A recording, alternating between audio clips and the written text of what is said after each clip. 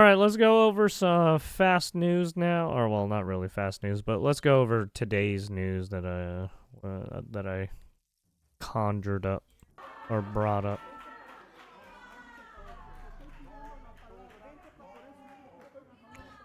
Yeah, Mexico going at it.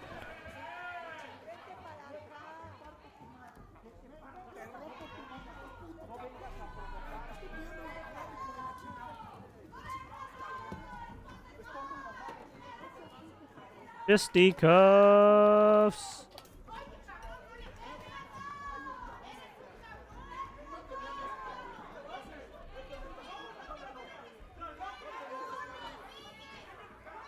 They're getting into some fisticuffs, man. Please come down, sir.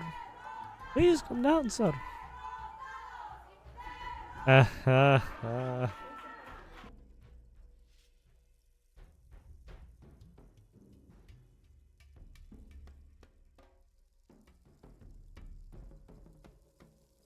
And then... Trans people belong here. We need trans people. We love trans people. Trans people belong here. We need trans people. We love trans people. Trans people belong here. We need trans people. We love trans people. Trans people belong here. We need trans people. We love trans people. Trans people belong here.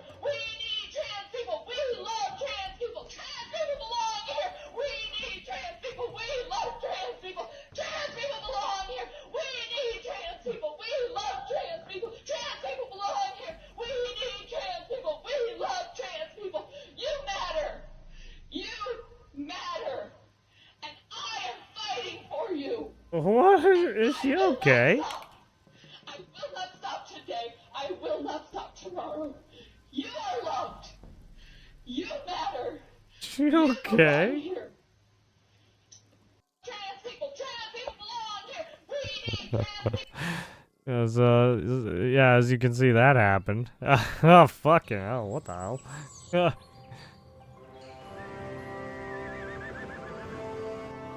We have these. Drone Star State, we tried Texas Flying Pizza Delivery. Food delivery. Some people in the Dallas-Fort Worth area are looking to the skies and getting their meals delivered by drones. Oh, shit. Drone pizza? Drones oh, like yeah. that are now dropping off pizza, burritos, and more. Several companies are now offering these drone deliveries, and businesses say they see a lot of benefits. Things like convenience, faster delivery, and no How much is it? Certain times a day, it can take, 20, 30 minutes just to go a few miles. And so if you're in need of a product or if you want your food hot and fresh, a drone could be the best way to get it to you. Among the companies using drone deliveries through partnerships include Walmart, Chipotle, and Go-To Foods, which operates Carvel, Cinnabon, and more. One of the companies operating these drones includes Flytrex, which is allowed to fly 6 drones at a time. They have a remote pilot who monitors deliveries and ensures drones are flying safely. Oh, crap. Wow. It's not something you get to experience everywhere. So they just go to, they just go to the facility, give these guys the fare, and then they ship it Customers off. are able to use an app to order drone deliveries. For the first one, you must That's your address, actually which pretty needs to be funny. approved. Then the order goes out and the flight begins. The robots are coming. They go and See? pick up the order from the restaurant. They bring it back here. Once it's here, we'll weigh it and make sure it's within our weight limits. We'll put it in our bag, make sure it's nice and balanced. Then we take off the drone, load it on the drone, and the drone flies to the destination. While this new technology has some people excited, it does not come without concerns. There's noise issues. There's also privacy issues that people have been, concerned about. And there was an instance where someone thought it was someone like trying to do some shady shit in their backyard, and they fucking shot it. They shot it. I think it was an Amazon drone. They got freaked out. They got spooked by the Amazon drone and shot it down. More business friendly in certain ways, in certain technologies than perhaps other it was fucking hilarious. Metro areas might be, and that was a major obstacle for drones, particularly related to cost. Despite any concerns, the people we spoke with believe drone delivery will become much more commercially available over the next several years, pointing to places like China, where the service has already reached commercial scale. There's going to be growing pains. The pain is going to show up because of just like a city develop, the congestion is going to show up. There's always going to be growing pains. We need like to everything. figure out a way to allow multiple companies to share the airspace. For Straight Arrow News, I'm Kennedy Felton. And for All right, more there you have unbiased, fact-driven news, That download is the Straight Arrow News. Now we got baby Emmanuel's dad speaks out in new jailhouse interview. Oh, As shit. investigators keep up their search for baby Emmanuel in the Inland Empire, this roughly 2 weeks after he was reported missing. Thanks again for joining us here on ABC 7 Hulu and wherever you stream. I'm David Ono. And I'm Giovanna Latta. Now the baby's father is speaking out from his jail cell. Investigators claiming the baby died from child abuse, even though no remains have been found. A search off Highway 60 turned up nothing. Inland Empire reporter Leticia Juarez has been following the case from the beginning and now joins us live. Leticia. Where's the baby? Well, David and Giovanna, Where is is he? speaking publicly for the first time since his arrest last week in a jailhouse interview with the Southern California News Group. But in that interview, he would not say what part, if any, he played in his son's disappearance. The search for 7-month-old Emmanuel Haro continues as his parents Jake and Rebecca Haro sit in jail charged with his murder. Baby Emmanuel was abused, victim of child abuse over time, and that eventually, because of that abuse, he succumbed to those injuries. Yesterday, San Bernardino and Riverside County law enforcement briefed the public on the case. On the same day, Jake Haro gave a jailhouse interview you to know the that Southern sheriff California right News there. Group, denying Emmanuel for to this interview. Jace on the This sheriff right here. Yeah. Unfortunately, I wish we had more people kind of like him, but he's kind of like a Sheriff Grady, right? the case. On the same day, Jake Haro gave a jailhouse interview to the Southern California News Group, denying Emmanuel was abused. He acknowledged the public's outrage, saying, "God is with us. The allegations are horrendous, so of course people are going to be riled up."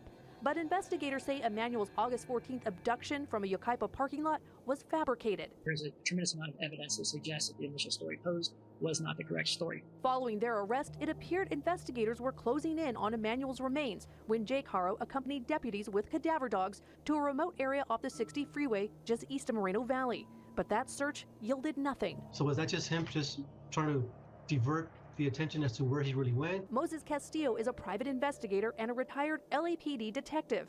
He says without Emmanuel's body, prosecutors may face challenges. One of the charges that because adding is child abuse causing death.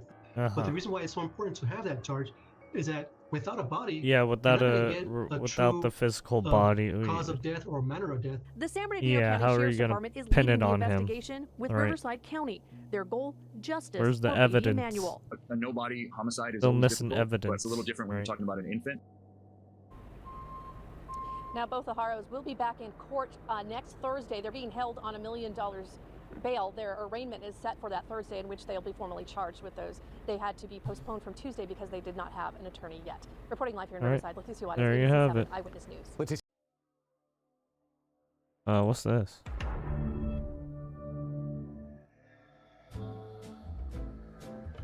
Oh, Elizabeth Warren committing mortgage fraud. Wait. She committed mortgage fraud too? Oh my goodness. Dude, what's up with all the Democrats committing mortgage fraud? To Fed Governor Cook, I am curious. The charges of mortgage fraud, obviously, she's fighting them. This They is haven't like even the been brought, fourth but I am Democrat curious that's if, been in fact, charged with this were to play mortgage out and she was fraud. What is guilty of happening? that. Do you feel that that is a It was fireable offense? Would you Chuck want to see her Schumer? step No, down was it from the Schumer? Fed if, in fact, she is found guilty No, it was Adam Schiff. of mortgage fraud? Right. Letitia James. So first of all, as you said, Right. these are allegations. And then there's they came from a Donald Trump lackey. and then there's some other who politicians. Said, in effect, I have access to a whole bunch of data that nobody else sees, and let me see if I can go through the Donald Trump enemies list and find anything that I can claim is dirt that you might be able to use to leverage somebody else. I mean, don't That's you this people? Weren't you guys process doing that's that been though? going on so far. John Bolton was feeding you guys right? Some of you guys were getting information you guys were not supposed to be Is using. that we follow the law here? Right? You guys were And the supposed to law stay is hush-hush pretty about that clear information, but that you used it. firing for cause So means in a sense, you're job-related, trying to like fuck America someone who up has with been revealing inefficient or so someone many, who's been so much corrupt in information you're doing not the supposed to job. reveal. That is the history of what That's for it's like cause treason, you means know. here. If you want to change the law, look, the Republicans are in charge of the House, the Republicans are in charge of the Senate, and Donald Trump sits at the White House. Then bring an amendment to the law. But we are a Remember, nation of Biden had laws. those Let's just follow classified the law. documents in one of his What you just said. one of his getaway of the most vacation homes he insanely wasn't idiotic supposed to things I've have, ever and they had to rip it At away no from him. point Yeah, in they your did the same rambling, thing to Trump, right? incoherent response Were you even close? They've been doing a lot recently. Could be considered a rational They've been thought. revoking access to fucking Everyone in people's this information room and shit. is now dumber for having listened to it. Yeah. I true. award you no points, and may God have mercy on you.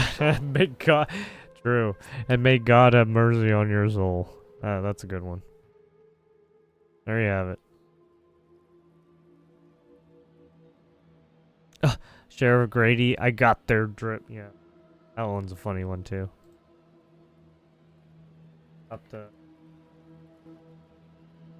Stopped what? A gang member, and then took his fucking, took all of his chains. Now with and 4 shit. new leads in the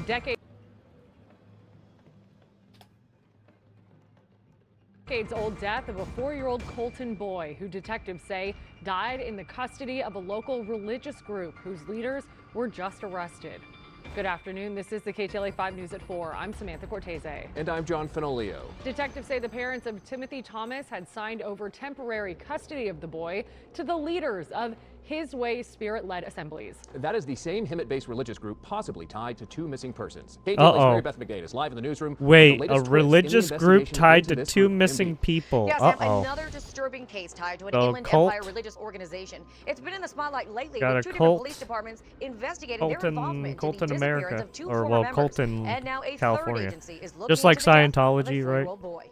Remember A what religious happened to Tom organization called Cruise? His Way Spirit-led Assemblies is now a focal point in the death of 4-year-old Timothy Thomas. The Colton Police Department says at the time of the boy's death in January 2010, temporary custody of Timothy had been signed over from his birth parents to leaders of His Way Spirit-led Assemblies. Colton Police say Interesting. they're reviewing new leads and That's actively suspicious. investigating the circumstances surrounding his death. We've been covering this religious group since former member Emilio Ganem vanished 2 years ago, right after he had severed ties with the group. Another former member. Oh, who's it's too afraid to that reveal his guy. identity Yeah, tells us okay. So he and Emilio had coffee this this guy week at is Starbucks in May of oh, 2023. this And then Emilio holy went to go meet this with kid a is high-ranking tied member of the to religious these group guys. and Oh was never seen fuck. alive again. Emilio asked me about him on a couple different occasions what I thought. Yeah, and I apparently trust these him. guys have Don't been doing agree some with them. weird shit This former member recently, describes the group as being and cult-like. they're in some Recently, hot Ganem's waters. missing persons case turned into a possible homicide investigation. Yeah, because they're trying to figure out where that guy is now.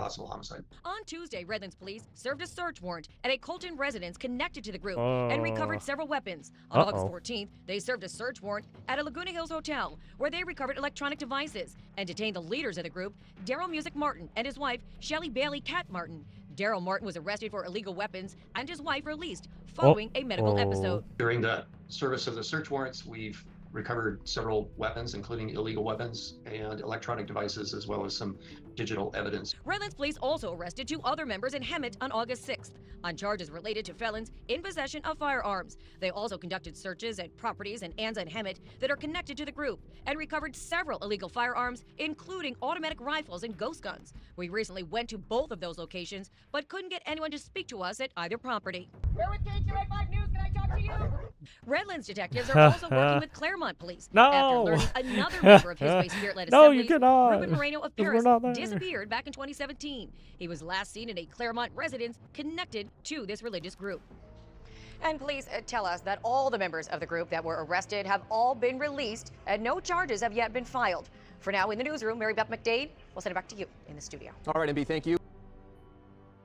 All right, there you have it. All right, what do we got here?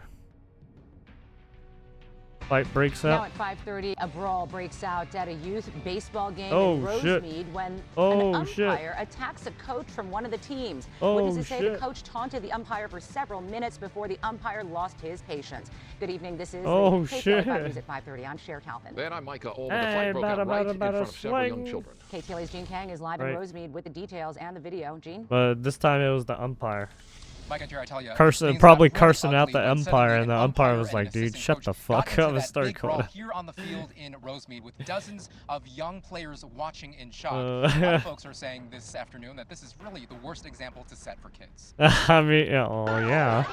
Oh damn, fucking top. Oh, kicked him on the. Oh shit. This video, which has gone Oh shit, they're going at it. Rosemead Park Fields during a youth travel ball game. Oh shit. Witnesses say the assistant coach for a team known as the Hitmen was seen approaching the umpire multiple times, upset about a call, and when the ump ejected him, we're told he spat in the ump's face and yelled this.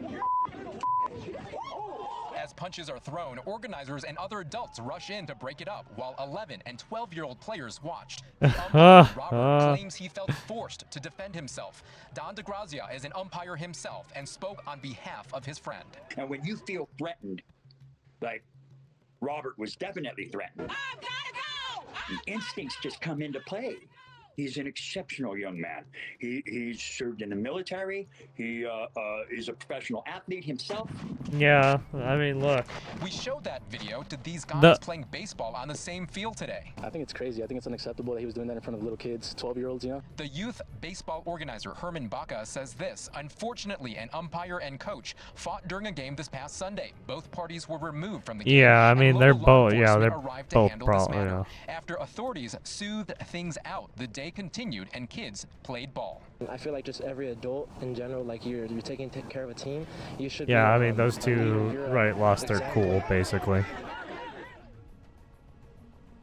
Well, we have reached out to the assistant coach and that team, and as of tonight, we have not heard back yet. So what's next in this case? We know the LA County Sheriff's deputies cited both of those men who are now facing misdemeanor charges. Reporting live here in Rosemead, Gene Kang, KTLA 5 News. There you have it. Thank you, Gene. So they both get tagged. So there you have it. What's this? New leads in the decades-old death of a 4-year-old Colton boy. Oh yeah, this one. Yeah, we just saw this died in one. the custody of a local religious group whose leaders were just We can arrested. kind of Is fast the forward same this. Hemet-based religious group possibly tied to 2 missing persons? KTLA's Mary Beth McDade in the newsroom with the latest twist in the investigation into this group. Mary Beth. Yes, Mike and share another disturbing case tied to an Inland Empire religious organization. It's been in the spotlight lately with 2 different police departments investigating their involvement in the disappearance of 2 former members. And now a 3rd agency is looking into the death of a 4-year-old boy.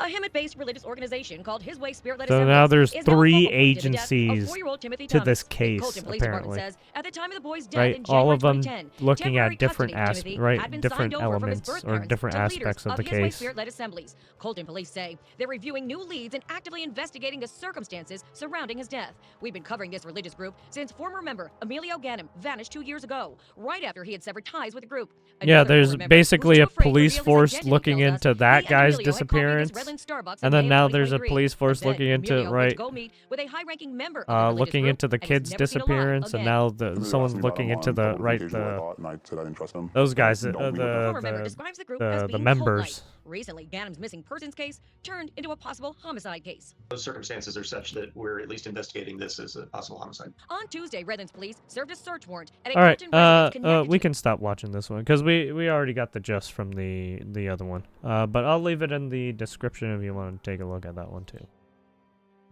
What's this one? Whistleblower fired after reporting Kentucky driver's license scheme for illegal That might help you immigrants. make a little more shit. money. Are you interested? I was like, okay, tell me.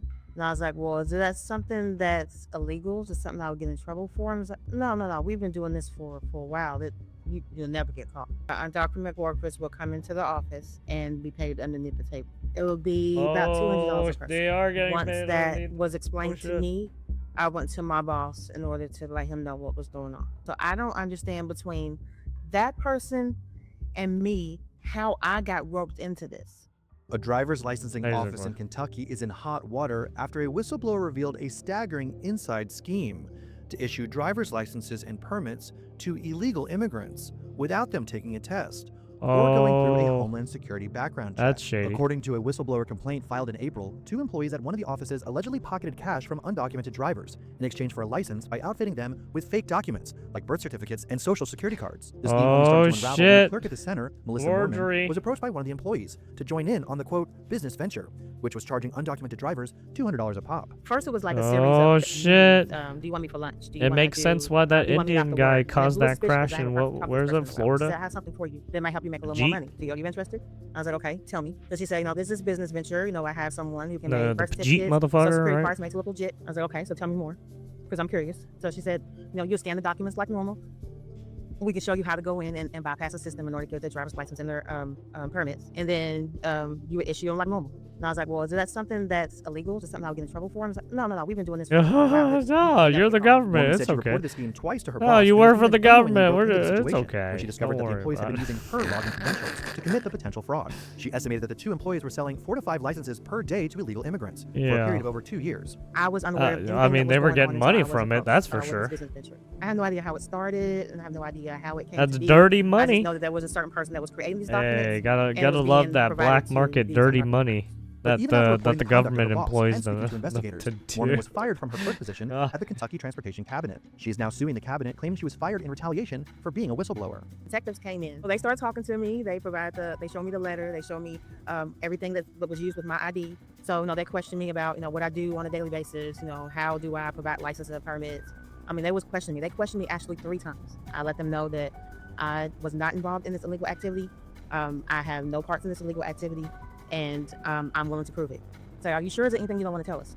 And I said, no, there's nothing that I need to tell you because I didn't do anything wrong. Everybody in the office was interviewed by the detectives, not just me. So I sat there maybe 10 minutes after the other employee got put at her desk and left. I get my call. And when I got to my car and I was like, could you explain to me the reason that they gave you that I got let go? They just said nothing. They said, nope. They just said your assignment has ended. KYTC has denied most of the allegations made in Mormon's whistleblower suit, telling the Courier-Journal that the clerk was fired for, quote, legitimate, non-discriminatory reasons, and was not related to the alleged whistleblowing activity. Both of the employees accused in the fraudulent wrongdoing were fired in 2024, and almost 2,000 it's driver's totally licenses have because been she revoked by the state. fucking- Kentucky's Democratic governor, Andy she Beshear, said a criminal flapped. investigation Right, is she ongoing opened her and mouth. includes multiple offices. It's But when he was definitely asked because about of Mormon's that. lawsuit at a press conference, the governor didn't offer many details, other than stating that the suit contained inaccurate claims. I haven't read that complaint. What I do know is that there are at least some statements in that complaint that are not factual and that don't follow how the original investigation went. I want to clear my name, for number 1. Number 2, I was about to be promoted to a supervisor. During the Christmas break, I actually covered for my boss. I opened the door, I counted the money, I did the reports, and I counted the money again at the end of the day. I actually had a key. So if I wasn't a stellar worker, why would I be entrusted in order to open up the whole office and supervise employees while he was away? There you have it. What's this? Breaking news in East Los Angeles, where 1 dead, 1 wounded. Oof. Breaking news in East Los Angeles, where 1 person has died following a double shooting. The call came out about 12:20 this afternoon at Whittier and Ford Boulevards. 2 victims were transported to the hospital. That's where 1 of the victims died and the other is listed as stable. Officials say 2 suspects fled in a dark-colored Dodge Charger. Interesting. I wonder if it has something to do with the shooting spree that's been going on for a little bit, right? The gang violence, right? Right, they go in and out, take whatever they need. Beverly Hills is responding to a claim made by President Donald Trump that the city of Beverly Hills is responding to a claim made by President Donald Trump that residents there are intentionally giving thieves access to their valuables in an effort to minimize property damage. KTLA's Rachel Menitoff is live in Beverly Hills with more on what officials there are saying. Hi, Rachel. Hi, Karine. Good afternoon. The president said this in the Oval Office when he was defending his decision to deploy National Guard troops to cities like LA and Washington, D.C., and then the conversation turned to Beverly Hills. His comments are getting a lot of attention and even some pushback. Beverly Hills is, a great place. In the Oval Office, President Donald Trump claiming the city of Beverly Hills is crime-ridden and that people are taking extreme measures to protect their personal property. Friends, they leave Oh yeah, wasn't there Jack Doherty got robbed recently? I don't know how real that robbery was, but didn't he get like his chain jacked?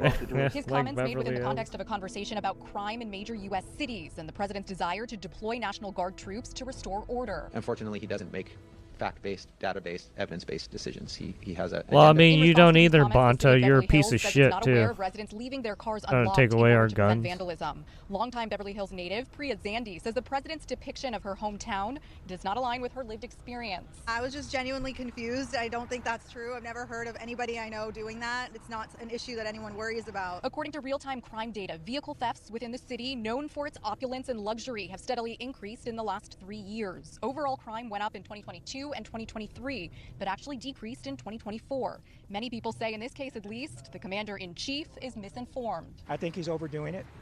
There's no need for military to be on our streets. It's just not been an issue like that's been significant in my life or anyone I know's life really at all. I think he just has it out for California in general. You know, with the governor, him going back and forth, it seems like a match between the two. And so anything that he can do to bring more attention to try to make this city seem worse than what it really is, it seems like that's what he's doing. Well, I mean, Beverly Hills is one of the nicer rich areas. There's not a lot of crime that happens there unless it's like robbery, like house invasion and stuff. And even then, those are still rare. Because a lot of rich people have guns. Or they have guard dogs. Argentina President Javier Milei escapes election rally after being pelted with rocks. They're fucking attacking him and shit. Oh shit.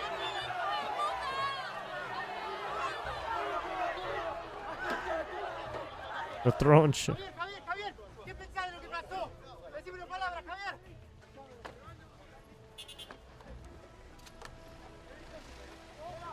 Veníamos todo en caravana y empezaron a volar cascotes, pero terribles. Turns around and start flying. I already showed one that hit me in the back, almost hit me in the head. They're throwing everything at the president. Gotta try and turn in here and leave because it, you know. Yeah, they brought a truck. Wow. They brought a truck full of shit and started throwing it at him. Para recibir premios falopa, disculpen la expresión, y que no se dedique justamente a recorrer los barrios, el conurbano, las provincias. ¿Cuántas provincias recorrió en 18 meses de gestión para justamente ver lo que son las obras que faltan, las escuelas cómo se caen a pedazos, los hospitales, digamos, y toda la obra que ha parado hace 18 meses para ver justamente las reales problemáticas y no justamente para burlarse de los vecinos que venimos justamente a expresarle la bronca, ni más ni menos. It's all old people, man. It's all old people. I'm sorry, man. It's all old people. Why? A Minnesota mother who went viral.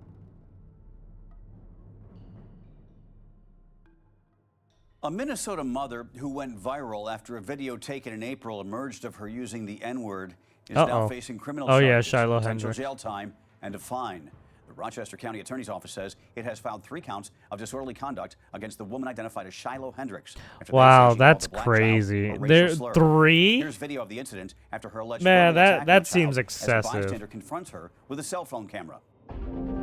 Honestly, I feel like the whole thing on this is kind of excessive. Did you call the child the Nick word? None of your fucking business. It is my own business. You call him.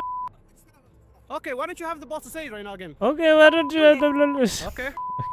All right, that's what you say. The video has received millions of views, and Rochester Mayor Kim Norton said in a statement it has caused real turmoil in the community. The criminal complaint filed Tuesday accuses Hendricks of being wrongfully and unlawfully engaged in offensive, obscene, or abusive language that would reasonably tend to arouse alarm, anger, or resentment from others. While many have condemned the woman for her behavior, others have defended her after she says her address and her personal information was leaked online.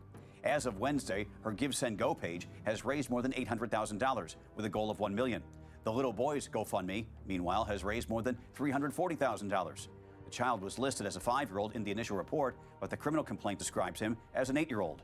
According to police, the father chased down the little boy, who is autistic, after he took an applesauce pouch out of another person's diaper bag.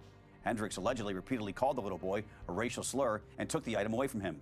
If convicted, Hendricks faces up to 90 days in jail and or a $1,000 fine. For more unbiased updates, download the Straight Arrow News app or go to SAN.com. Now they're trying to say the kid is autistic because he took something. Oh, we're just gonna diverge we're gonna diverge all things to be, oh, this kid took something? Oh no, it's because they're autistic. That's why. Come on, dude. Really? Anyways. That's how they try to shoehorn the... That's how they try to get wins, right? The small things. Oh, because you have a mental disability, that's a defense. Senator Schiff, I'm calling on you now if you're ready.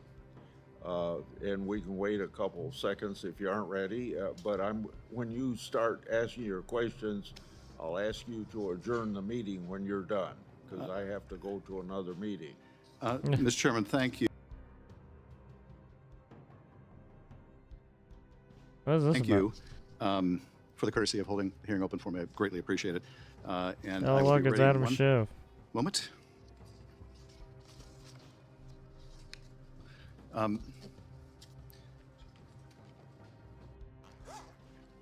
Thank you, Mr. Chairman. I recognize both the great value that UAV and drone technology have for law enforcement, and I can imagine innumerable productive and important uses, as well as the risks that drug cartels and others are using drones for their own nefarious purposes. But Mr. Willoughby, I want to ask you about a different kind of concern, and that is, we saw drones being used by DHS over Los Angeles during protests. And my understanding is that DHS policy requires that there be privacy protections when drones are used and may capture people engaged in First Amendment protected activity, among other things. Motherfucker, those people were not engaged. Released without a. He's talking about the protests where people were throwing shit at cops and like trying to block traffic and shit. Yeah, no, shut the fuck up. Law enforcement purpose or some other legitimate, analyzed and approved function. Nonetheless, drone footage that was captured over Los Angeles was published by the agency. Why was it published? Who made that decision? And how is that consistent with DHS policy that is supposed to protect the privacy of those that are caught by drone footage? Thank you, Senator, for the question. I'm not familiar with the use of drones for the positive law enforcement uses. My portfolio is strictly on countering the drone threats here in the homeland, but I can circle back and get you an answer to those questions with your permission. Yes, if you would, I would appreciate that. As I said, I can more than understand the legitimate law enforcement purposes, but also deeply concerned about privacy interests and chilling First Amendment protected speech as this technology. No, you're not, motherfucker. You're. This guy goes after people's First Amendment. Shut the fuck up, man. This guy's a lying piece of shit. This guy actively fucking spills the beans on confidential information he's not supposed to spill, right? He then goes on and be like, "Oh, Trump did it all." It's like he tries to get his Democrat Party to fucking dox people. Like, shut the fuck up. People. Let me ask you about a different issue. What a shifty shiv, man. We've repeatedly seen as we've battled wildfires in He's a California. snake. Don't trust this that guy. Spectators using drones have interfered with. Like, if he could, he'd dox everyone. Firefighting efforts. There have been collisions with aircraft. There have been other times where aircraft had to be brought out of the fight until they could disable a drone or find its owner or whatnot. How recurrent is that particular challenge? What is the state of the technology to be able to disable a drone in flight or to identify where the user of the drone may be? Maybe I'll start and then turn it over to my colleagues afterwards. The use of drones in these emergency response areas, whether it's firefighting or disaster relief or search and rescue, is prolific. And nearly every national incident that we hear about, most in the recent past, there have been unauthorized drones flying into space, interrupting authorized manned or unmanned operations. Correct. And for the most part, remember that one drone that someone was flying and it fucking destroyed one of the severely debilitate our ability to respond. One of the water dumpers. To stop or prevent a drone from going somewhere, and they had the feds had to fucking sue the fuck out of that guy. Entities, and unless one of those entities is there providing a counter-UAS protection mission, that guy was we would a not be able to stop retard. an unauthorized drone from proceeding into a restricted area, even if there was a flight restriction in place, which is often the case during these emergency responses. But I'll pause to see if my colleagues have anything else. That's an excellent point, Senator, and I think it illustrates the need to expand these authorities to state and locals. I'll give you an example. In the Los Angeles field office has developed over many years a robust relationship with the LA County Fire, LA County Sheriff, LAPD with regard to protection of wildfire areas from drones. But there, as you know, can be multiple wildfires in the greater Los Angeles area at any given time. And as we stated, the FBI cannot be everywhere. So the time is now for these agencies to get these authorities to protect wildfires and other public safety events. And if you could speak to the sort of the state of the art in terms of geofencing of drones, how capable is that of dealing with commercially available drones? If you're referring to the geofencing on the drones themselves from the pilots, that is no longer really an applicable technology. Previously, some of the drone manufacturers did have some attempt to prevent people from flying into areas they shouldn't, and that has changed quite dramatically in the past 9 months. As far as our capabilities, we do have effective technologies, but there is no silver bullet in counter-UAS. Thank you, Mr. Chairman. I was supposed to adjourn, but I'm happy to turn it back over to Senator Cruz. Nothing burger. He's just, he if he could he wants to spy on all the fucking on the citizenry, if he could. Fuck that guy. Boom. Apparently Russia drone striked fucking Kiev. This might have been the drone strike that there was a streamer that apparently heard this happen. Possibly.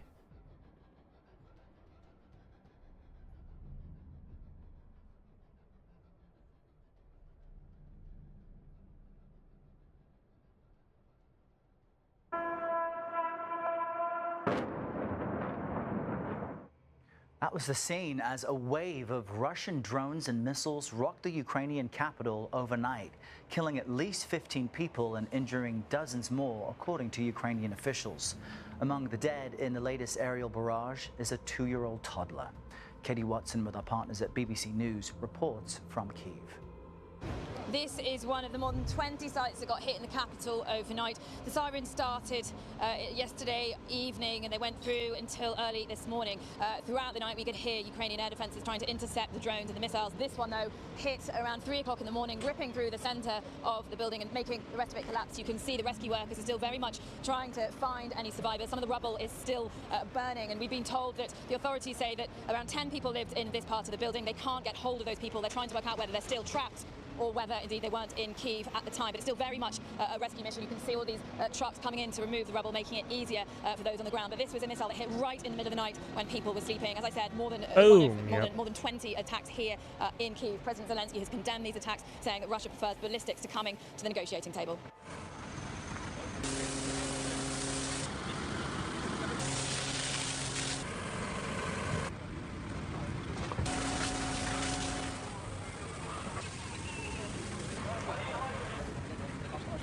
So yeah, as you can see, yeah, they fucked it up pretty bad.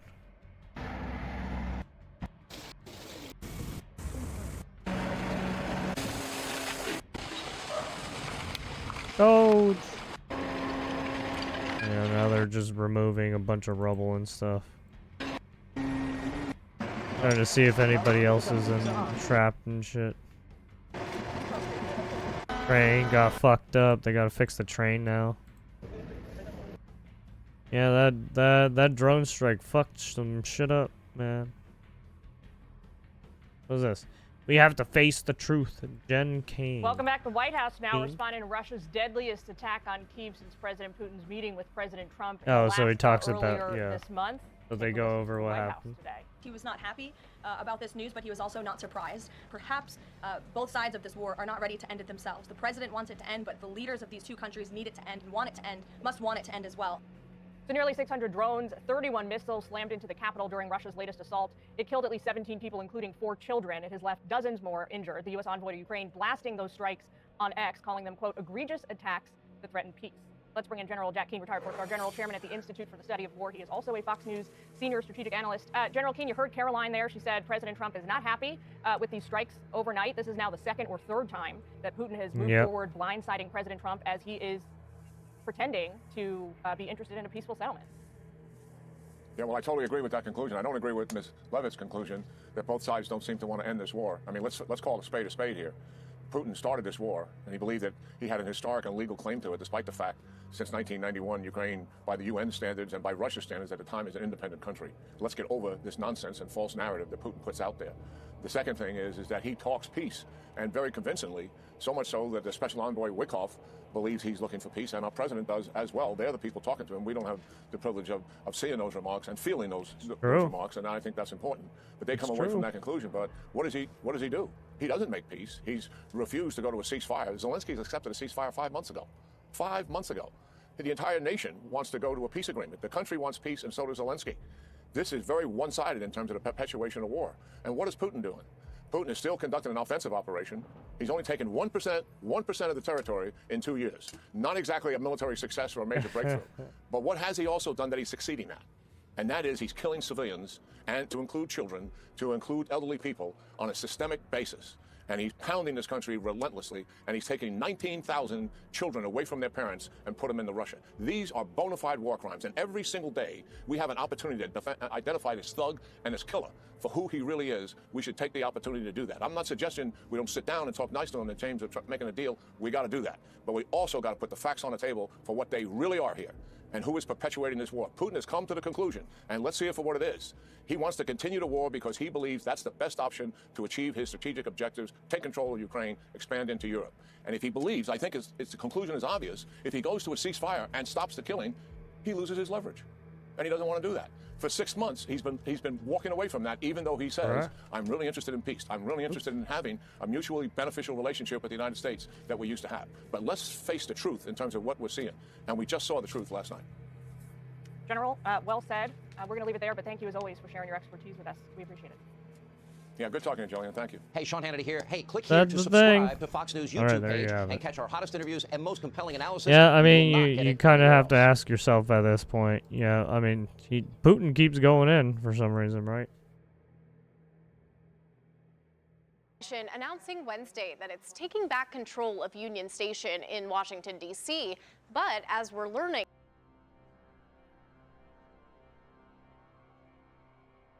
this is more of a semantics issue because the DOT has had control of Union Station for decades. Adam Tuss provides us the context and what comes next. Union Station has always had many parties involved: the government, Amtrak, and a group called the Union Station Redevelopment Corporation that was tasked with revitalizing the station decades ago. U.S. Transportation Secretary Sean Duffy saying that the government will fully be back in charge. We're announcing that we're going to take Union Station back under DOT control.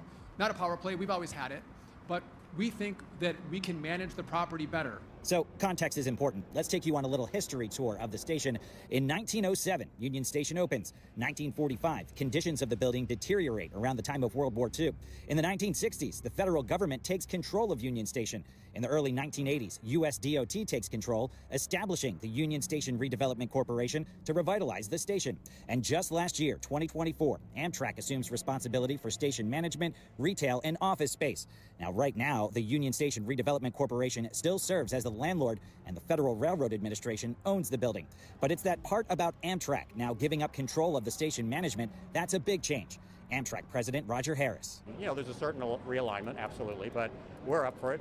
So what exactly will be changing? The DOT says it wants to generate more revenue from the station. Here's DOT Deputy Secretary Bradbury, who also serves as the board chair for the Union Station Redevelopment Corporation. We need to maximize the retail revenue of the station, the revenue of the station as an event space. Can you imagine a better event space? And that should generate huge revenue. Digital signage, we have a parking garage. We need to bring this all together and maximize it.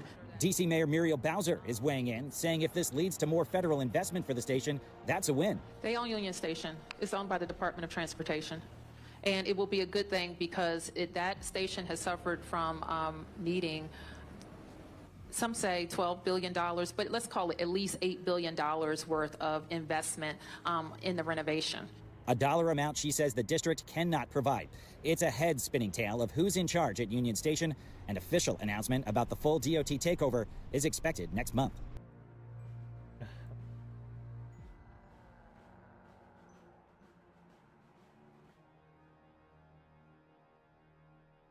We'll see if he expands more. Well, he said he's going to Chicago next. Comes to fruition, and we'll see if anywhere else needs. Yeah, we'll see.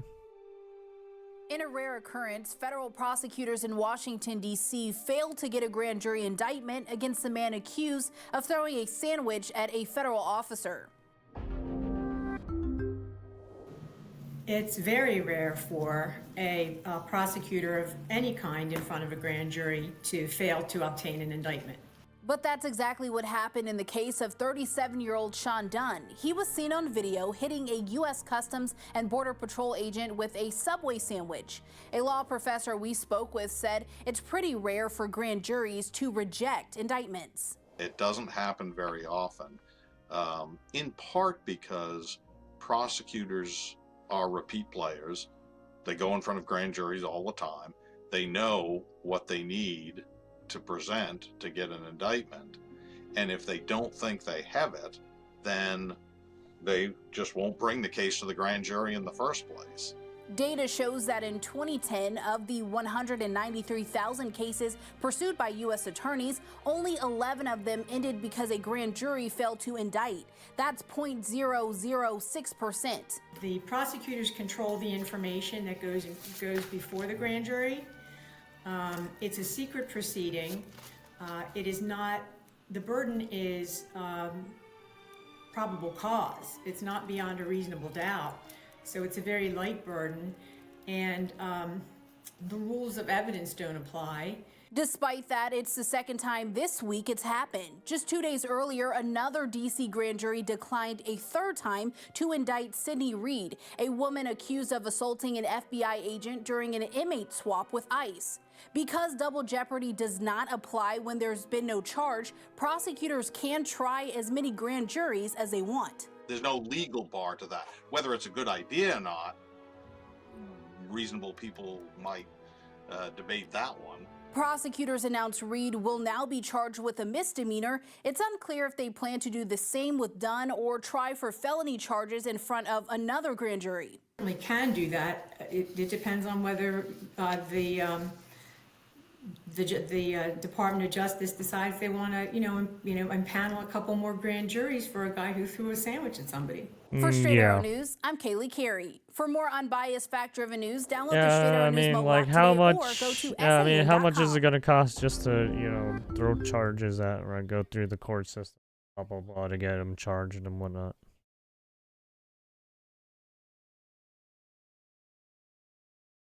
Also, they lessened it to misdemeanor too, so. New this morning, hundreds of workers at Children's Hospital Los Angeles are being laid off. The job cuts are taking place as the hospital restructures to remain financially stable. KTLA's Omar Lewis Yeah, reports from that's just how it goes.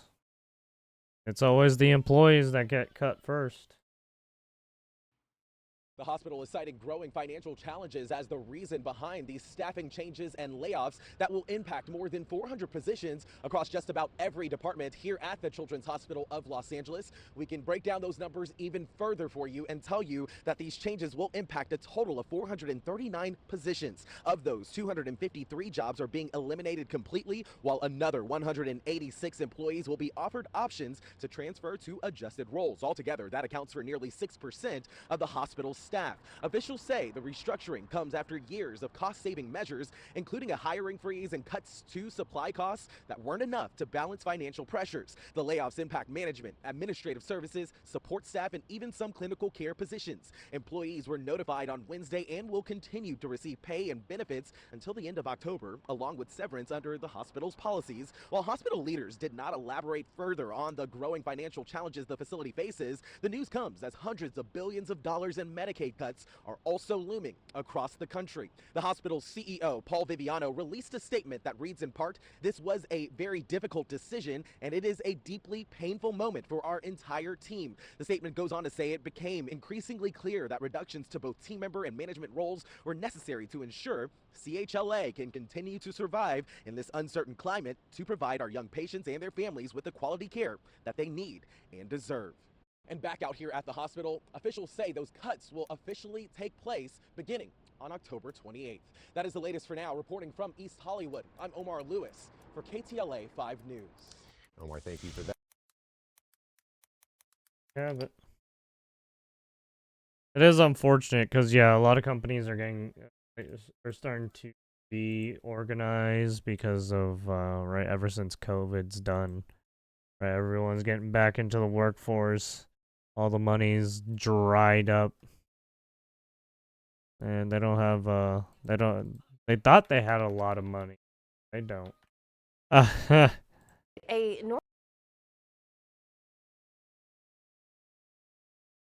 A North Carolina Board of Elections chairman is accused of drugging Dairy Queen blizzards. Wilmington police say 66-year-old James Yoakley put pills in the ice cream of kids. What the fuck? The incident happened on August 8th. An officer says Yoakley flagged him down while he was on patrol at a Sheetz gas station. Man. He said two What a juveniles predator. had found 2 pills Holy in the ice shit. cream they had recently purchased from a nearby Dairy Queen.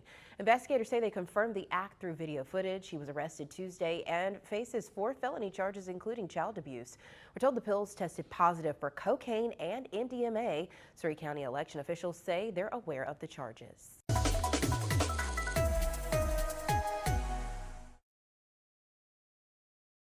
Oh, there you have it. Fucking crazy motherfucker. Hang that dude. Jesus Christ. What is this? Fulton County Commission held in contempt. Oh yeah, they're gonna. Yeah, so there's another another day, so they're getting fined what 10,000 again. Basically, every day that they don't put a put Republicans on in a seat, they get a fine of $10,000 Commissioners Dana each Barrett day. and Mo Ivory, both Democrats, still failed to certify those 2 GOP nominees for the Elections Board. Today, they were hit with contempt charges and a $10,000 a day fine for the Board of Commissioners. At an emergency hearing in Fulton County Wednesday. These people don't deserve that. They don't deserve to be criminally cited. They made a conscious decision to willfully disobey this court's order. Attorneys sparred over the failure of the Fulton County Commission's Democratic members to appoint 2 Republicans to the election board. By law, the board has to have 2 GOP members. No one should force an elected official or any voter to cast a particular vote. We're opening up a very scary door. But in recent votes, Commissioners Mo Ivory and Dana Barrett said they'd rather face contempt than appoint Jason Frazier and Julie Adams. Frazier is a noted election critic who's challenged thousands of voter registrations in the county since 2020. They'd rather take the Adams fine is a and current maybe elections jail board member who time, just last not year elect them. What the Okay. fuck? All opposed? Voted not to certify the county's presidential primary results. Yeah, those people are Their crazy. election Oh yeah, deniers it's and this they're doing bitch. everything Yeah. they can to undermine faith in the election process in Fulton County. Georgia's Secretary of State Brad Raffensperger called the failure to appoint the 2 reckless, and the county's Republican commissioners were clearly growing frustrated. It is time we obey. It's highly unfair that we continue to drag our feet. And Fulton County Judge David Emerson saying commissioners had no choice under law but to confirm the controversial Republican nominees. I didn't see anywhere in that legislation that the commission was given veto power over the nominees. Is it in there? Did I miss it? Certainly did not. Okay, so and that's my concern. They don't have veto power because of the law that applies to this selection process. And that A statement from the Georgia Republican Party, who is behind this lawsuit today, called the ruling a major victory and thanked Frazier as well as Adams for their steadfast leadership. From downtown Atlanta, Doug Reardon, Atlanta News First. Atlanta News. Yeah. What's this? Let's watch this first. Put this at the end. Early hours of Sunday morning, our state data center operations team detected anomalous activity in our server infrastructure. At a press conference Wednesday in Carson City, The state of Nevada had become the target of a sophisticated ransomware-based cybersecurity attack. state officials providing new details on the Sunday morning cyber attack that halted critical state services. Our first and most critical step was to contain the threat. Tim Galuzzi, executive director at Governor Joe Lombardo's technology Yeah, office, apparently says they that were threat looking led to for data some being stolen from the information. state. This after Lombardo's office said Tuesday there was no evidence that personal information was compromised. I must disclose that our ongoing forensic investigation has Oh, found so evidence that okay. indicates So they some couldn't data get has been it. So they were trying. outside They were the state fishing for something. by the malicious actors. I need to be very clear on the next point. At this stage of our intensive investigation, We cannot yet identify or classify the specific nature of this data. Do you know how exactly these cyber criminals were able to get inside the system? Yeah, due to the nature of the event, right now we can't comment on any of those questions. We're still trying to verify the information. Yeah, the impact they of, can't comment the on event it. itself. While state officials were not able to verify how the hackers got into the system, here's what we know about the investigation. According to the governor's office, suspicious activity was first detected Sunday morning. Later that day, officials confirmed the state was targeted by a, quote, sophisticated ransomware-based cybersecurity attack, prompting systems to shut down. This was done to prevent any further spread of the intrusion and to protect the foundational integrity of our state's digital infrastructure. By Monday, websites, phone lines, and in-person services at multiple state agencies, including the DMV, the Welfare Office, the Attorney General's Office, and the Nevada Department of Transportation were all impacted and still are as of Wednesday night. We understand and deeply regret the frustration and concern this causes. Please know that your inconvenience is not lost on us. In fact, the primary driver of our response. After the press conference, reporters were prepared to ask Governor Joe Lombardo questions about the breach, but he was not in attendance. When asked where he was, officials said, As it relates to the governor's involvement in this matter, he is getting regular hourly updates from staff in his office internally. He is engaged, providing direction on this. He just wasn't able to participate in this press conference. Channel 13 followed up with the governor's office to ask where he was. We're told he was in an open celebration for a new Mormon temple in Elko. Reporting from Las Vegas, Giovanni Carrillo. There it is. He was he was somewhere else doing something else. Or doing a meeting, right? Doing an opening. Basically, Orange shark has caught our sight. Not brown, they were not attacked gray, not the usual hue. This nurse when he shark was is orange. doing other shit. Yes, that's true. This story seems like it would be something out of a Dr. Seuss book. Really? Anglers off Costa Rica's Tortuguero National Park reeled in a 6-foot nurse shark with bright orange skin and white eyes, a combination never before recorded in Caribbean waters. Scientists say it carries 2 rare genetic traits, xanthism and albinism, known together as albino xanthrochromism. The only other known case, a Homeland ray caught in the Irish Sea in 1910. Lead researcher Mariosis Macias of Brazil's Federal University of Rio Grande said that xanthism alone does not impair health. In this case, neither did the dual pigmentation anomaly. Normally, nurse sharks rely on muted colors to hide in reefs, but this neon marvel survived to adulthood, leaving scientists wondering, fluke, environmental trigger, or new genetic trend. So you could say it swims with ease. The fact that it has bright colors like that is it can easily attract animals to it. Right? SAN.com. Because they usually stay near the ground and they can camouflage a little bit because of their skin, but no, that one can't, right? What is this? Well, Norway is heading into a high-stakes election, one that could reshape Europe's energy future and the management of the world's largest. Caught in a tight race in Norway's presidential election race to power. 7th and 8th is expected to be a close race. 2 front-runners are between Prime Minister Jonas Gahr Store's centre-left Labour Party and a centre-right bloc led by the Conservatives and the Populist Progress Party. At the heart of this competition are questions of inequality, taxation and the cost of living. Food prices have surged nearly 6% in the past year, and Norwegians say economic pressures are their top concern. Another flashpoint is Norway's $2 trillion sovereign wealth fund. It gives governments unmatched spending power, but it has also sparked fierce debate, including calls to divest from companies linked to Israel's war in Gaza.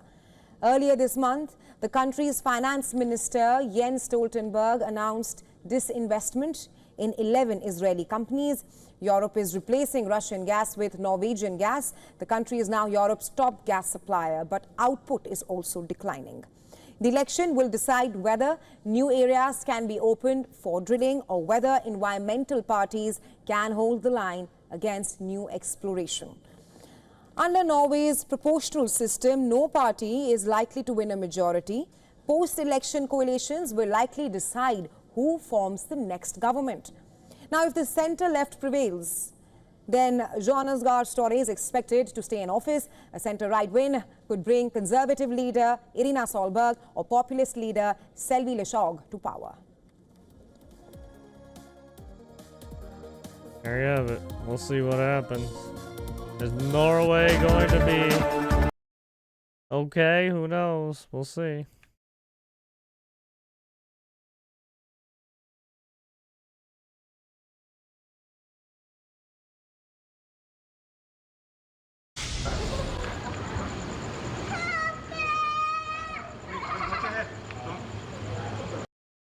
Toddler and her dog are safe after being spotted wandering alone in a busy Santa Clarita intersection.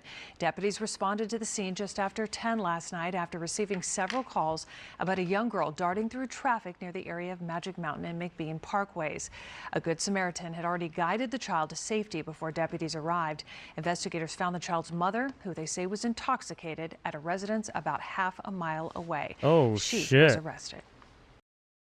Well, yeah, that's what happens when you're not paying attention to your child, and then, well, you go drinking, and then, well, your child's like almost gets killed and shit. Well, you get arrested.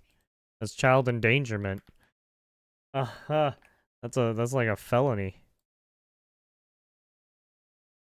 Developing this afternoon, a tragic twist in the case of the young. Developing this afternoon, a tragic twist in the case of the young woman stabbed to death on the light rail. Oh, we have shit. now learned that she escaped war-ravaged Ukraine. I'm Evan Donovan. Good to have you with us. The Police say Ukrainian that attack happened woman in South End on Friday night. A very busy who time fled for people to be out a and about. war-torn Channel country 9's is Joe now now stabbed to death on a light rail. Joe. She fled war-torn Ukraine only to be stabbed to death on Charlotte's light rail. That's according to friends. The man accused of stabbing her remains in the hospital, and as recent as last month, there were concerns about his mental capacity. CMPD has identified the victim as 23-year-old Irina Zarutska. A Ukrainian refugee stabbed to death by some fucking asshole. The crime scene was at the East-West station in South End. CMPD is charging DeCarlos Brown with her murder. Court records say he is homeless and he has a lengthy criminal history. Homeless and Just has a last criminal month, record. His public Wow. defender made a motion Just killed questioning another- his just ability killed to a proceed person. in his court case about misusing Oh, the repeat 911 offender. system. The judge ordered a forensic Ah, evaluation, but Jesus. he was allowed to be out and about. The criminal charge stemmed from this past January when police say he called 911 and claimed someone gave him man-made material that controlled when he ate, talked, and walked. The magistrate What? allowed him to be released from jail without paying anything on a written promise to appear, and police have not said What? led I'm up sorry, to you this get a stabbing. written We will promise to likely learn you more mother, in you court, but the idiot. first Who the appearance fuck, has not dude? been Why are set judges yet so fucking because he stupid has not been sometimes? formally charged. Reporting live in South End, Joe Bruno, Dude's a Channel 9 repeat Eyewitness offender, News. and you're all like, Absolutely "Oh yeah, tragic we stabbing can case. just Joe, let him thank you for out the and update. hope he comes back." It's just so fucking. See, this is why people have problems with fucking judges and shit. That shit right there. Multiple cameras capturing a man with a machete on a Oh yeah, downtown. this one. Yeah, it's this one right here. We'll see you later.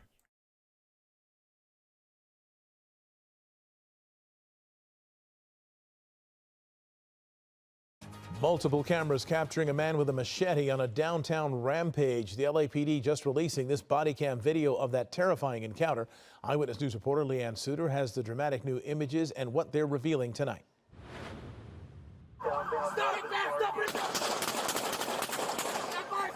A deadly end to a dangerous confrontation with a machete-wielding suspect caught on Yeah, he was body-worn gonna get camera. lit up.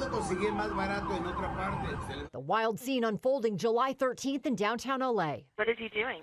He's waving a machete in the middle of the street, running towards cars. The suspect, identified as 35-year-old Gurpreet Singh, seen waving the weapon wildly at passersby Yeah, and at what a one fucking point madman. appearing to cut his tongue with a massive knife. Give me space, bro. Give me space. Give me space. Give me space. As the LAPD rushes to the scene, Singh turns his attention on the officer. Get in, bro. Get in. As officers position their police vehicles to contact Singh, he quickly charged at officers while still armed with a machete. Stop, bro. Shoot. Stop, bro. Singh then takes off in his car, waving the machete out the window with officers in pursuit. Moments later, he suddenly starts driving in circles, taking aim at a patrol car. Moments later, Singh stopped his vehicle, exited while still armed with Oh. a machete, and once again charged at the officers, resulting in an officer-involved shooting. The 35-year-old was rushed to the hospital where he died several days later. The 2-foot-long machete recovered at the scene. What caused Singh to go on his armed rampage still under investigation. The LAPD and Office of Inspector General both now investigating the fatal officer-involved shooting. Leanne Suter, ABC 7 Eyewitness News. There you go. He was a Jeet. For some a fucking unhinged dude just going around trying to kill people. Breaking news here at home. Police looking for 3 suspects wanted in an attack on a man in downtown LA. It happened at 2:30 this morning at the intersection of 5th Street and San Pedro. Investigators say they found the victim in the road suffering from a head wound. Oh, they this believe is the San suspects Pedro. used Wow. a sharp 5th Street. weapon like That's a close machete by. in the attack. The victim was transported to the hospital in unknown Actually, no. condition. At least 1 person was arrested, That's but 3 actually others got away. drive away Witnesses from me. say the suspects are homeless. We're still working to confirm that. Oh, just a bunch of homeless people stabbing each other. You know, nothing too serious. What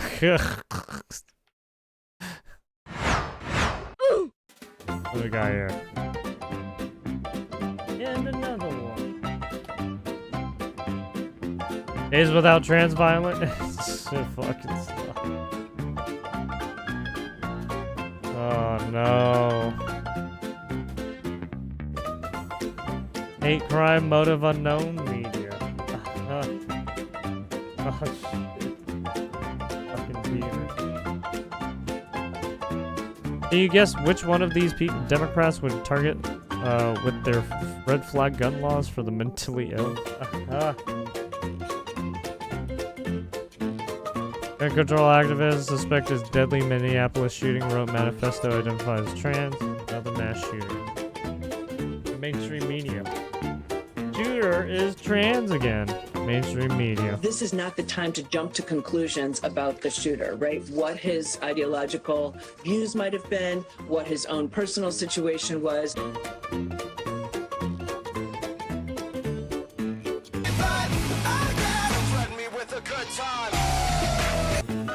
What?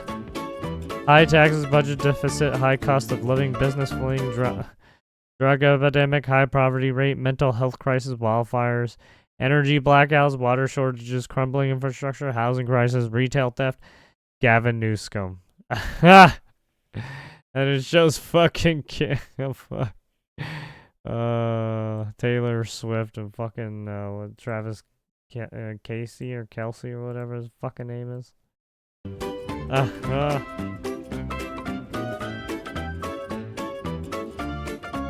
Cracker Barrel, Cracker Barrel, Cracker Barrel. That's a good one. Oh, it's Hot Fuzz. British police getting ready to arrest a white girl for being racist to her Muslim rapist. Stop. Woman in UK walks pet pig to deter Muslim harassers.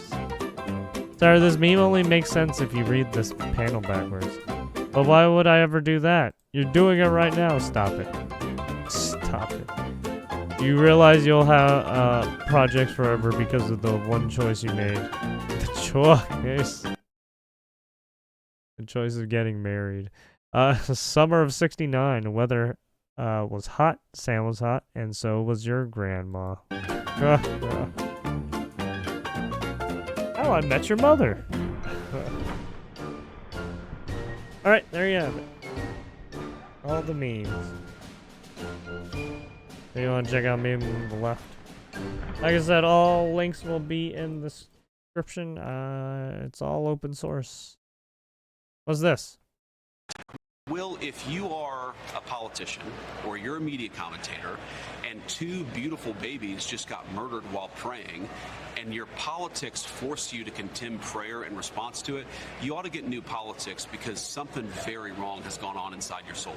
Will, if you are a politician or you're a media commentator and 2 beautiful babies just got murdered while praying, that was perfect. Force you to contemn prayer in response to it. You ought to get new politics because something very wrong has gone on inside your soul. Someone needs to clip if this last portion. Jesus fuck. That was too good. You seriously don't hate British Labour government enough. The Labour chief says it's okay to have sex with tenure. What the fuck? What the fuck? Stop it. Oh my god, that's not true, right? Hockney labor counselor charged over images of children. What the fuck? Forced labor counselor leader James Shaw made pornographic videos of child. What the fuck? Is there just a whole list of these fucking Muslim labor counselor? What the fuck?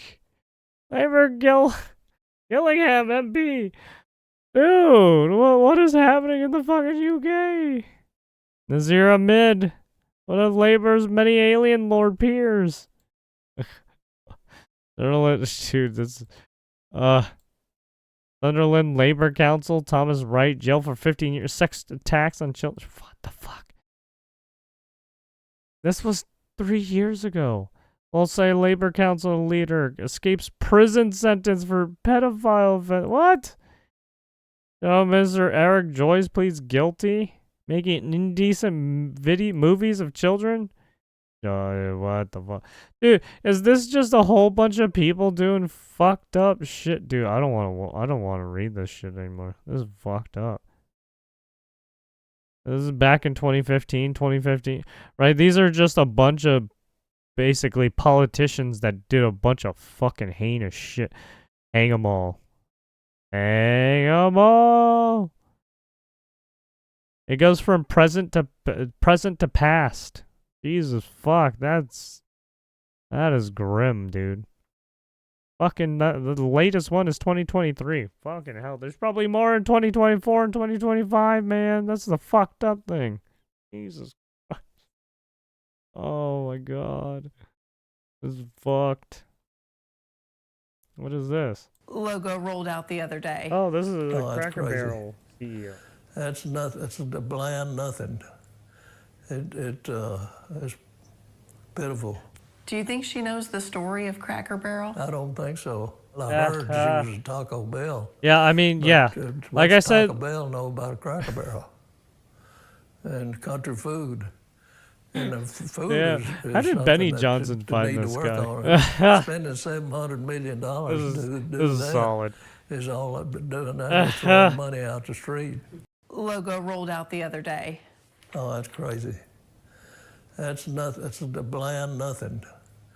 It's pitiful. Devoid Do you of think she knows the story personality. of Cracker Barrel? I don't Right. think so. I heard she was at Taco Bell, but there you have it.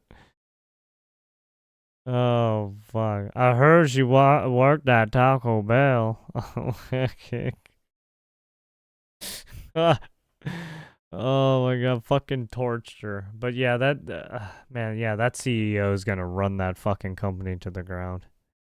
Right? The CEO even shit canned the designer that made the designer that made the. That was the original designer, right? Or that was the new designer that they employed or some shit. I don't even know. But they employed him just to fire him. Like what the fuck? What's this? Can you do that for us? Do not trigger me. I'm not trying to trigger you. I'm just trying to Well, talk you to you. are. Okay. So would you mind just coming with us to a car? Not and with talking? you, Okay. and not with him. On January 14th, 2022, officers were dispatched in reference to an altercation. Upon their arrival, the victim showed the CCTV footage of the fight that took place between her and one of the residents. Okay, so we need to talk to you though, okay? I'm not talking. What's that? I'm not talking to anyone. Okay. That's why I'm leaving. Okay, well we need you to just come talk to us, okay? Well, she's the one who attacked me with a broom first and threatened me. Okay. Well, would you mind coming with us to a car, and then we will discuss that, and you can fill out a statement for us in regards to that. Well, I'm okay? not going to jail unless she started it. But that's not what I'm saying. I'm saying coming to a car so that me and you can talk. Okay? Can you do that for us? Do not trigger me. There's I'm not trying to trigger you. I'm just trying to Well, you talk are. to you. Okay. So would you mind just coming? I don't think with I don't you, the and not with triggering thing that. I'm more comfortable around females. Okay, you can go with my cruiser. That's fine. Do not trigger me. I have no place to put it, so I just walked over here, and next thing I know, I was on the floor. She knocked me down. Are you okay? I think I'm okay. Okay. I just shook my head up real bad. I was really confused. But I'm okay. She knocked me down twice. Is it? And then when I come around, I come around to try to get in this door here to call the police. Someone called the police. I couldn't call upstairs or anybody to get any help from me. 221H 136, check in. Okay, can you just put that book back down for her? Why? So that you can have a seat in the car? I can sit down with it. No, we It's need not to allowed take in it the off, back. okay? Why? It's not Just allowed our in the back policy. of the cruiser. She said, what the fuck? Thank you. Do you have anything else on you? Just my phones to text my boyfriend. Okay, so you can't have a phone in the back of the car either. I okay? need him though. Okay, we'll put it with your bag, okay? I'll just take it for now. Well, I need him now. Sorry, they don't allow you to have stuff in the back there because they think you're gonna try and do some weird shit. Get out of the car, you'll have it, okay? Well, you guys are gonna arrest me Also, anyway. they need it for evidence. Well, they said I started it, even though she did. By threatening me. Here, just give me your phone for now. I only trust you with it. Okay, I'll keep a hold of it. I only trust you. I just didn't want to put your hands on her. Yeah, I didn't want to fight her. Okay. Yeah. We're going to. I just did not want to do that in there. You know I can hear you. As soon as the female learned that she was going to be arrested, her behavior towards the police became erratic. Do not let them touch my stuff. Okay, I'll take care of it, alright? Alexis, can you turn around and put your back to me? Why? Because I'm asking nicely. You're arresting me, aren't you? Yes, we're putting you in handcuffs. Just go ahead and turn No! your back to me. I'm asking nicely. I need my boyfriend. We'll get a hold of him, okay? He's in California. And And he's a celebrity. What's his name? And he, no, stop, no, she's celebrity boyfriend in California. No, stop, Josh, named Josh. No, that's a, she's getting catfish, dude. Catfish. Oh, dude, there's no way. Can you do that for us? She's unhinged. Fuck. Anyways. That is gonna be it for the fast news. Well, it was a long news day. There's a lot of news today. But there you have it. All links and sources will be in the description. Cheers.